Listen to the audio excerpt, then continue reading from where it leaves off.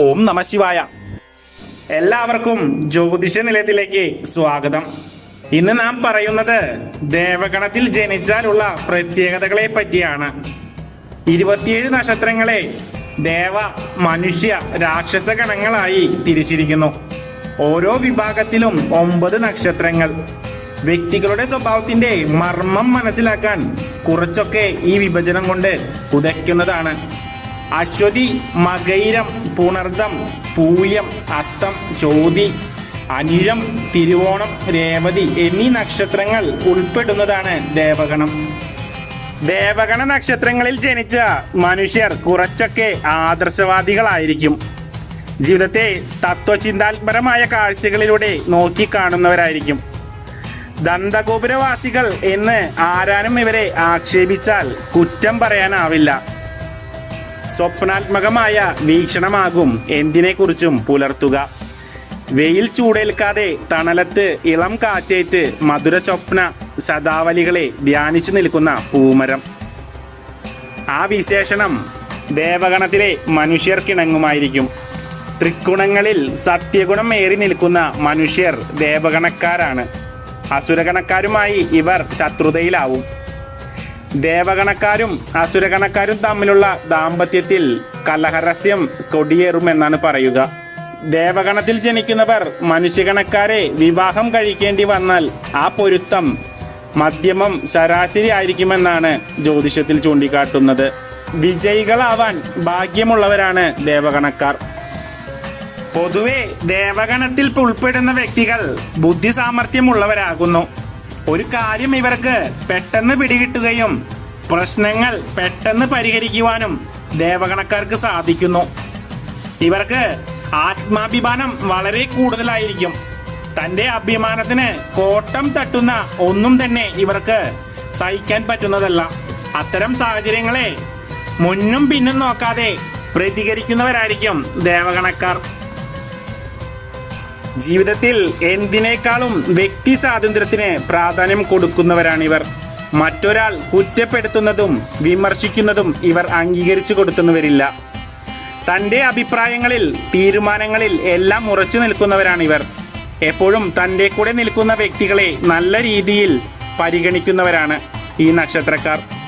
വ്യക്തിബന്ധങ്ങൾ നഷ്ടപ്പെടാതിരിക്കാൻ പലതും ജീവിതത്തിൽ ഒളിച്ചു വെക്കേണ്ട സാഹചര്യങ്ങൾ ഇവർക്ക് വരാറുണ്ട്.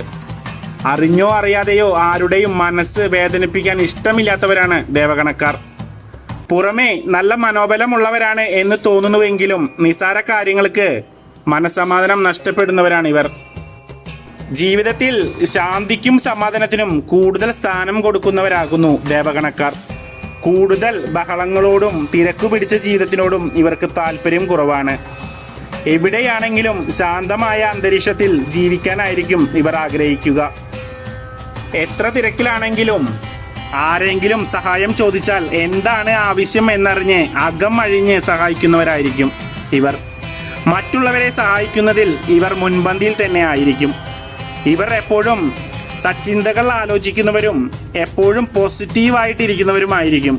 ക്ഷേത്ര ദർശനം നടത്തുവാനും തീർത്ഥാടന യാത്രകൾ നടത്തുവാനും ഒക്കെ ഇവർക്ക് താല്പര്യമുണ്ടായിരിക്കും. ഏവരെയും ആകർഷിക്കുന്ന മുഖവും ശാന്തമായ പെരുമാറ്റവും ഇവരുടെ പ്രത്യേകതകളായിരിക്കും. നിസ്സാര കാര്യത്തിൽ സന്തോഷിക്കുന്നവരും നിസ്സാര കാര്യത്തിന് വേണ്ടി പിണങ്ങുന്നവരും നിസ്സാര കാര്യത്തിന് വേണ്ടി കലഹിക്കുകയും ഒക്കെ ചെയ്തെന്നിരിക്കും. തന്നെ ആശ്രയിക്കുന്നവരെ ഒരു കാലത്തും കൈവിടാത്തവരായിരിക്കും ഇവർ. സ്നേഹബന്ധത്തിലും സൗഹൃദത്തിലും തികഞ്ഞ ആത്മാർത്ഥത പുലർത്തുന്നവരായിരിക്കും. എന്നാൽ ഇവർ കാണിക്കുന്ന ആത്മാർത്ഥത ഇവർക്ക് തിരികെ ലഭിക്കാറുമില്ല. പലരും ഇവരെ പറ്റിച്ചു പോകാറുണ്ട്. ജീവിതത്തിൽ ഉണ്ടായ കഷ്ടപ്പാടുകളെ പറ്റി ചിന്തിച്ചിരിക്കുന്നവരല്ല ഈ ഗണത്തിൽ ഉൾപ്പെട്ടവർ. അവർ കഷ്ടപ്പാടുകളെ അതിജീവിച്ച് പുതിയ വഴി തേടുന്നവരായിരിക്കും.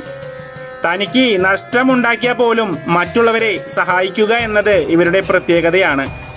മറ്റുള്ളവരുടെ കഷ്ടപ്പാടിൽ മനസ്സുലയുന്നവരാണ് ഇവർ.